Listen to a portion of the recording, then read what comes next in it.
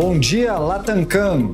É um prazer estar com vocês, amigos, colegas de toda a América Latina e também de outros lugares do mundo. Obviamente que seria muito melhor estar com vocês, mas devido às restrições da pandemia, infelizmente, tivemos que optar por ficar ainda no Brasil. Principalmente o nosso país, que aqui ainda enfrenta diversos desafios da pandemia.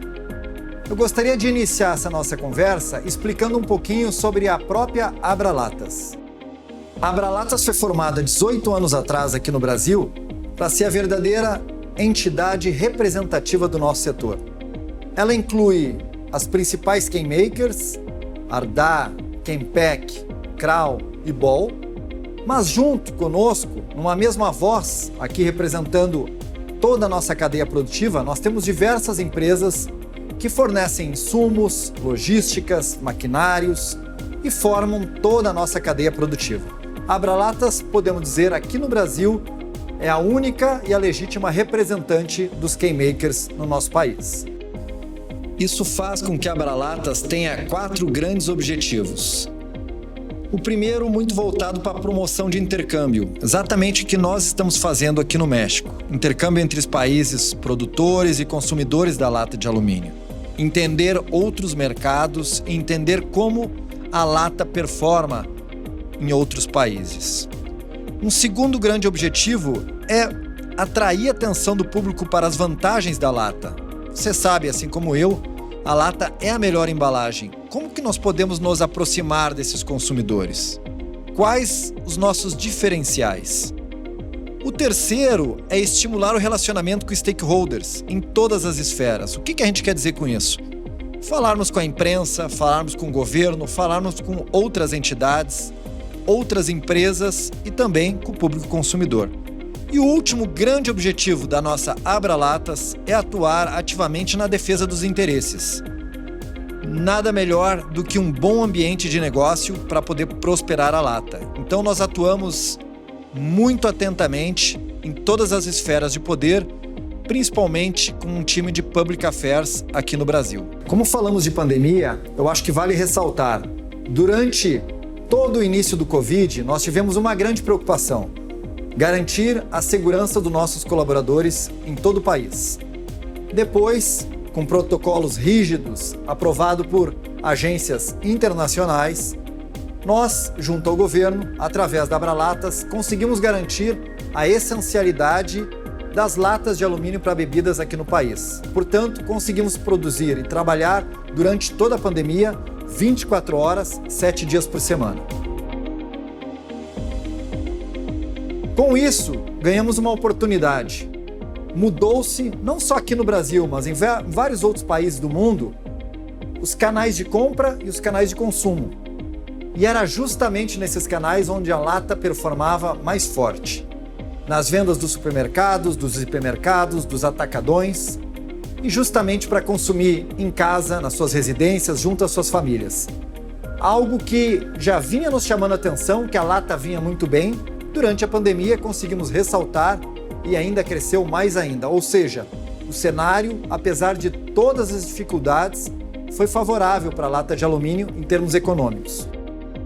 É claro que no começo todos sentiram. Não só nossa indústria, mas de modo geral o Brasil parou. Estamos falando de março de 2020, onde nós tivemos uma produção industrial no Brasil que despencou. E não foi diferente para a lata. Era um mercado até então incerto, era um ambiente regulatório incerto, o público consumidor não sabia ao certo o que queria acontecer, e nem o governo, e muito menos as empresas. Aproveitamos esse momento para fazer as limpezas, manutenções das fábricas e nos prepararmos de uma maneira muito ousada de logo depois iniciar com força total. Vocês podem reparar nesse gráfico, onde nas colunas em verde nós temos o desempenho da nossa indústria em 2020 e nas colunas em vermelho o desempenho em 2019. Vocês podem ver que a partir de abril foi recorde atrás de recorde. Nós tivemos um excelente segundo semestre o ano passado e aproveitamos o abril, a queda, para realmente retomar todas as nossas atividades. Como acabamos de sair das Olimpíadas, aproveito para dizer que realmente a nossa turma aqui dos brasileiros, nas fábricas, realmente ganharam ouro. Todos os meses nós tivemos recorde de produção e venda. Nós não paramos até o final de dezembro nem um minuto para garantir a produção e a chegada das latas de bebida para todos os brasileiros em todas as regiões do nosso país. A ousadia de 2020 nos fez ganhar forças para 2021 não parar. Vocês podem ver por esse gráfico que se nós compararmos o primeiro semestre de 2021 com o de 2020, mesmo com a queda bem acentuada em abril, nós crescemos 22%. Alguém poderia questionar, mas como abril foi fraco, então o crescimento era óbvio. Não é bem assim. Se nós compararmos esse semestre, que acabou agora em junho, com o primeiro semestre de 2019, que não existia pandemia, mesmo assim, nós crescemos 18%. E vocês também podem olhar nesse gráfico que nós estamos mostrando.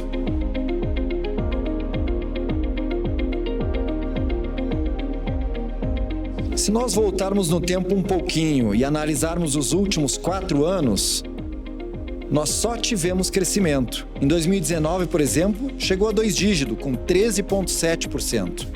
E a média desses últimos 4 anos é de 8,4% aqui no Brasil.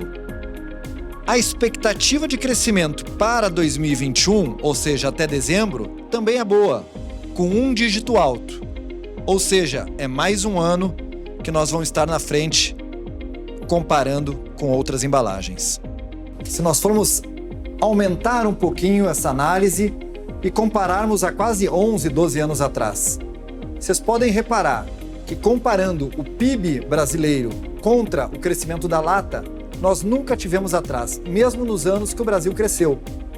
É claro que nós passamos por grandes dificuldades aqui no Brasil, em termos econômicos, como vocês podem olhar no PIB, que está na linha vermelha.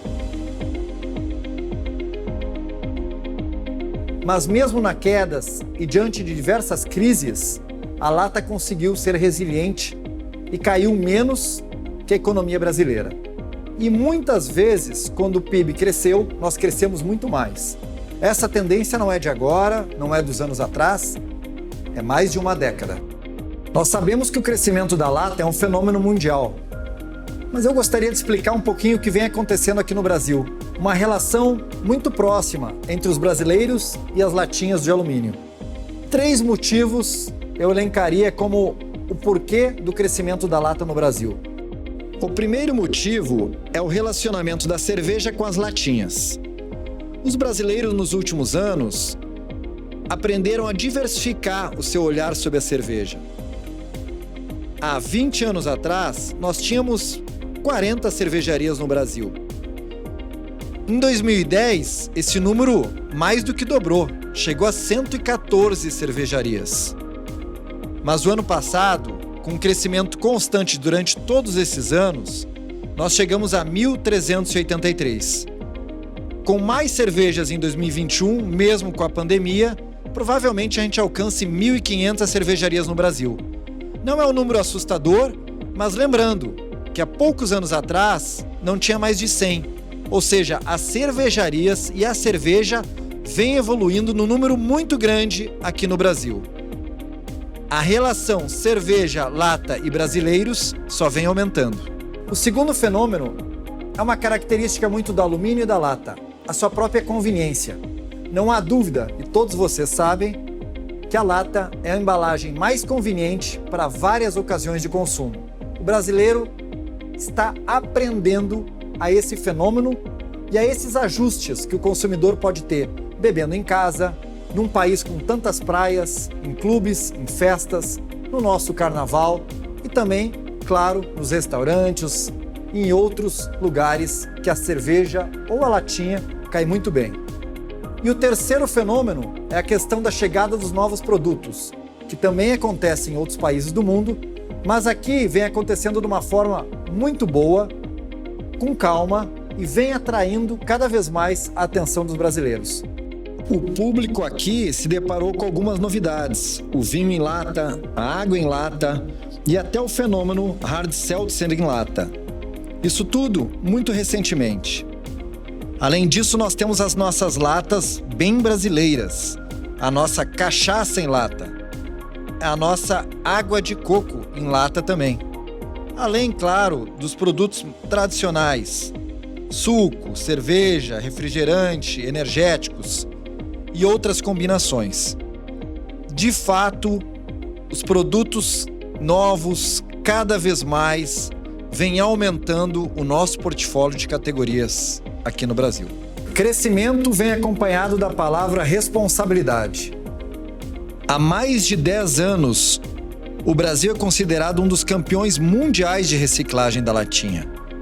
É um case aqui no Brasil. Nós reciclamos mais de 97% das nossas latas, mesmo com todo esse crescimento que nós acabamos de mostrar e vocês podem acompanhar nesse gráfico na linha vermelha. Nós crescemos, mas mantemos um ótimo índice de reciclagem. Não temos dúvida que cada vez mais os consumidores também vão escolher a lata pela questão ambiental. Isso faz um diferencial competitivo muito interessante aqui no país. Essa nova geração que chega ao poder de compra, os millennials, a geração Z, faz com que a lata seja uma referência em termos de embalagem. Numa época que falamos tanto de ESG, nós temos um exemplo brasileiro de economia circular. Não só pelo engajamento social que isso gera, com o envolvimento de praticamente 1 milhão de pessoas no país. São microempresários, donas de casa, catadores, cooperativas, zeladores de condomínio, treinadores de futebol, um verdadeiro exército de pessoas ajudando a latinha a fazer a sua reciclagem, gerando emprego, renda e, claro, com todo o investimento que a nossa indústria traz para o país. Esta engenharia toda só é possível com um relacionamento muito forte com cooperativas, recicladores, governo, imprensa e demais empresas da nossa cadeia produtiva.